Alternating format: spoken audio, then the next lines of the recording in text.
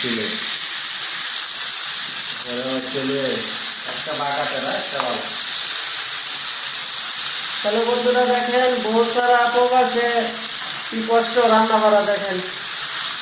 এই যে চামচ নাই চাকু দিয়া উল্টাই যাচ্ছি, চামিচ নাই।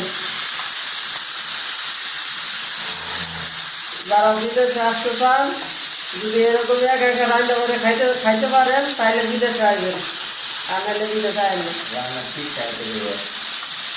রান্না শিক্ষা রান্না ট্রেনিং দিয়ে পরে আসবেন। আগে বাংলাদেশে বসে কয়েকদিন রাঁধবেন, রান্না ট্রেনিং দিবেন, পরে আসবেন।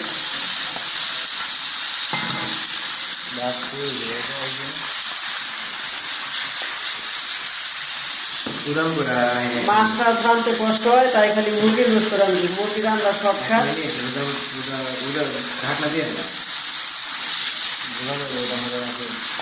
মুরগি খালি বাঁচবো, কোনো তরকারি লাগবো না, কিছু না, খালি গুঁড়া করবো, শেষ। হলুদ দাও না দিচ্ছিলাম তো একটু। দিচ্ছিলাম।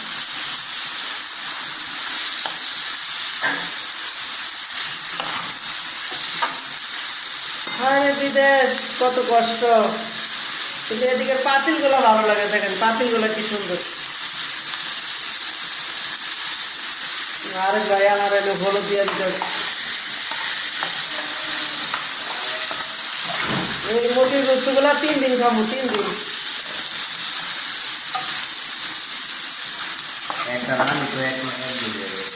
একটা রান এক বেলা, আরেকটা রান এক বেলা।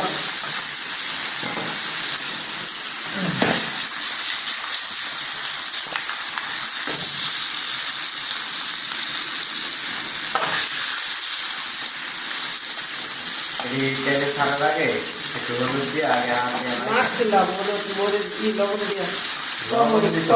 একটু হলুদ দিবা দিয়া তবে যেটা কাজের কথা, এই রান্নার ভিডিও করি যাই করি, এগুলো ফেসবুকে ভিডিও ছাড়া লাগবো, ফেসবুকে ঠিক টাইম মতো ভিডিও আপলোড করা লাগবো।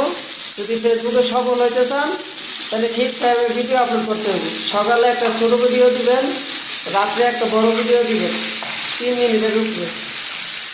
এটা হচ্ছে মেন উদ্দেশ্য। এই যে রান্নার ভিডিওটা করতেছি, এই যে একটা বড় ভিডিও বানাইলাম, 3 মিনিটের একটা ভিডিও বানাইলাম, এটা হচ্ছে মেন উদ্দেশ্য।